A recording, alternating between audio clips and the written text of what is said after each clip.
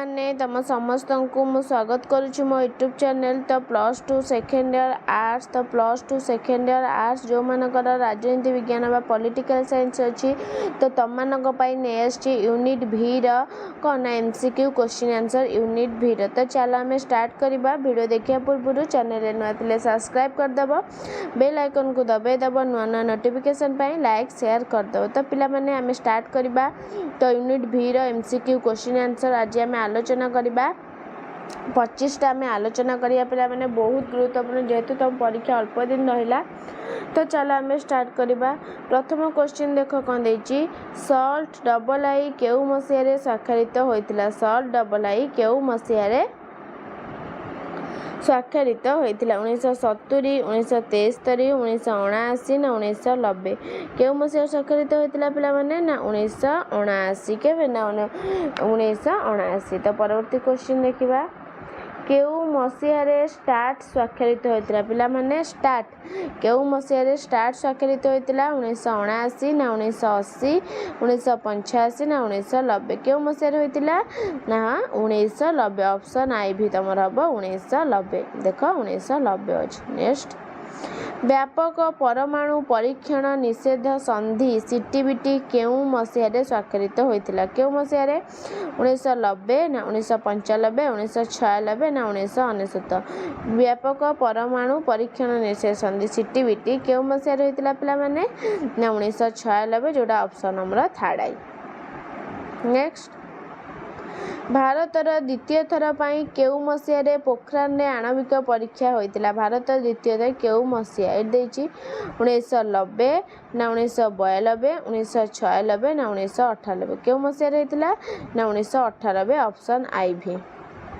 Next निम्नोक्त मध्यरु केउ राष्ट्र प्रथमे सीटीबीटी रे स्वाक्षर करथिला सीटीबीटी रे स्वाक्षर सीटीबीटी केउ मसिया ना 1996 मसिया एवं केउ राष्ट्र प्रथमे सीटीबीटी स्वाक्षर करथिला पिला माने रूसिया ना चीन ना भारत ना युक्तराष्ट्र अमेरिका ना कौन हम एटा ना ऑप्शन आई भी जो युक्तराष्ट्र अमेरिका। नेक्स्ट विश्व एड्स दिवस केबे पालन कराइथाय जनवरी 12 ना मई 20 ना जुलाई 10 ना डिसेंबर 1 ना आई भी डिसेंबर 1। नेक्स्ट आंतर्जातिक दारिद्र्य उन्मोचन दिवस केबे पालन कराइथाय आंतर्जातिक दारिद्र्य उन्मोचन दिवस केबे पालन कराइथाय फेब्रुआरी 5 एप्रिल 20 अक्टोबर 17 ना डिसेंबर 10 आंतर्जातिक दारिद्र्य उन्मोचन दिवस केबे होइथाय ना अक्टोबर 17 ऑप्शन ट्रिपल ए कोन ना अक्टोबर 17। नेक्स्ट केउ दिवस को मानविक अधिकार दिवस रूपे पालन करा जाय केउ दिवस मार्च 3 एप्रिल 20 डिसेंबर 10 डिसेंबर 3 केबे ना डिसेंबर 10। नेक्स्ट कि विश्व स्वास्थ्य संगठन वर्ल्ड हेल्थ ऑर्गेनाइजेशन रे केते गोटी सदस्य राष्ट्र रहिचंदी 190 191 193 194 केते ना 194।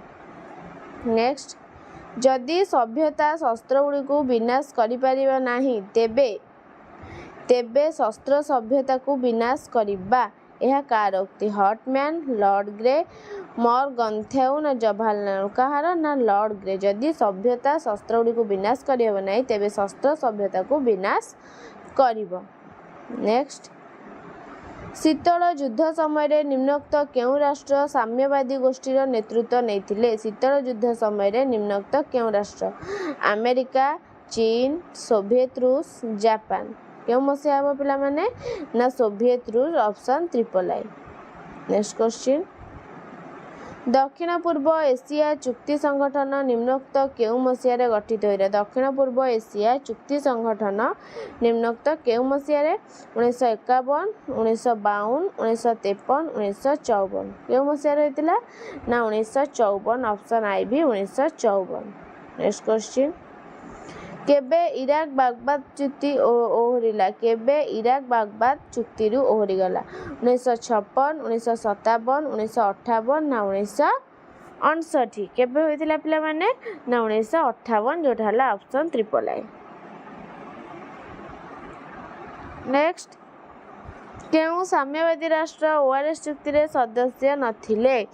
କେଉଁ ସାମ୍ୟବାଦୀ ରାଷ୍ଟ୍ର ORS ଚୁକ୍ତିରେ ସଦସ୍ୟ ନଥିଲେ? ପୋଲାଣ୍ଡ, ହଙ୍ଗରୀ, ବୁଲଗେରିଆ, ଚୀନ। କେଉଁ ସାମ୍ୟବାଦୀ ରାଷ୍ଟ୍ର ହେବ? ନା ଚୀନ। କେଉଁ ହେବ? ନା ଅପସନ୍ ଆଇ ବି ହେବ ଚୀନ। ନେକ୍ସଟ, ନିମ୍ନୋକ୍ତ କେଉଁ ମସିହାରେ ସୋଭିଏତ ସଂଘର ବିଲୟ ଘଟିଲା? ନିମ୍ନୋକ୍ତ କେଉଁ ମସିହାରେ? 1990, 1991, 1992, 1995। କେଉଁ ମସିହାରେ ହେବ ପିଲାମାନେ?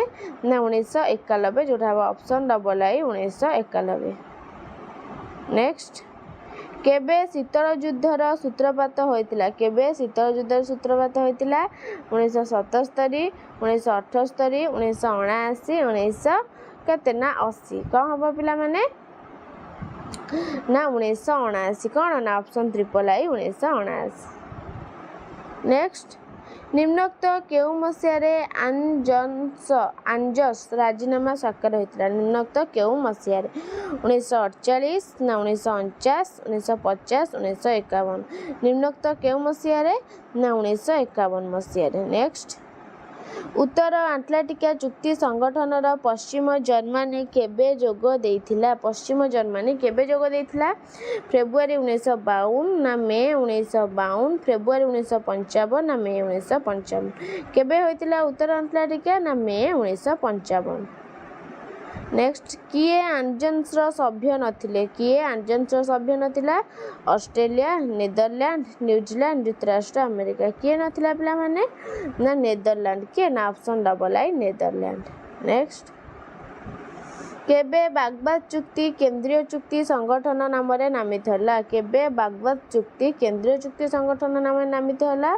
1949, 1952, 1955, 1958।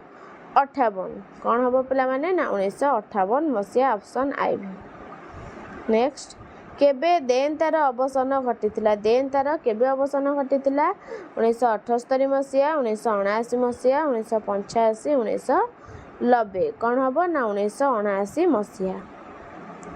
ନେକ୍ସଟ, କାହାର ସଂସ୍କାରମୂଳକ ନୀତି ଶୀତଳ ଯୁଦ୍ଧର ଅବସାନ ନିମନ୍ତେ ମାର୍ଗ ପ୍ରସ୍ତୁତ କରିଥିଲା? କାହାର ସଂସ୍କାରମୂଳକ ନୀତି ଶୀତଳ ଯୁଦ୍ଧର ଅବସାନ ନିମନ୍ତେ ମାର୍ଗ ପ୍ରସ୍ତୁତ କରିଥିଲା?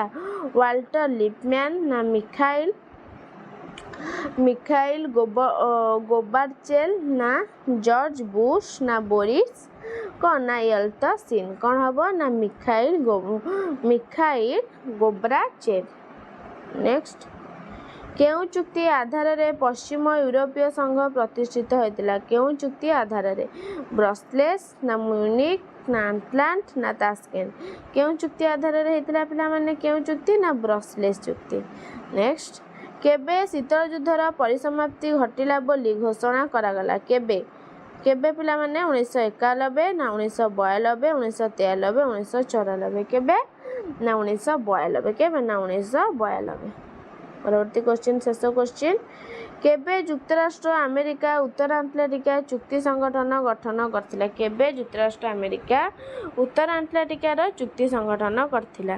1949 ମସିହା ମାର୍ଚ୍ଚ 14 ତାରିଖ, ନା 1949 ମସିହା ଏପ୍ରିଲ 4 ତାରିଖ, ନା 1949 ମସିହା ମେ 14 ତାରିଖ, ନା 1949 ମସିହା ଜୁନ 14 ତାରିଖ। କେବେ? ନା 1949 ମସିହା ଏପ୍ରିଲ 4 ତାରିଖ। କେତେ? ନା ଏପ୍ରିଲ 4 ତାରିଖ, ଯେଉଁଟା ହେବ ତୁମର ଅପସନ୍ ଡବଲ ଆଇ। ତ ପିଲାମାନେ ତୁମର ଏତିକି ଥିଲା ୟୁନିଟ୍ ଭିର କ୍ୱେଶ୍ଚିନ୍ ଆନ୍ସର୍। ନେକ୍ସଟ କ୍ଲାସ୍କୁ ଆଉ ଅବଶିଷ୍ଟ ନେଇ ଆସିବି ପିଲାମାନେ। ତ ଭିଡ଼ିଓଟି ଭଲ ଲାଗିଥିଲେ ସମସ୍ତେ ଲାଇକ୍, ସେୟାର, ସବସ୍କ୍ରାଇବ୍ କରିଦେବ, ସାଙ୍ଗ ସାଥିଙ୍କୁ ସେୟାର କରିଦେବ। ରହୁଛି, ଧନ୍ୟବାଦ, ଜୟ ଜଗନ୍ନାଥ।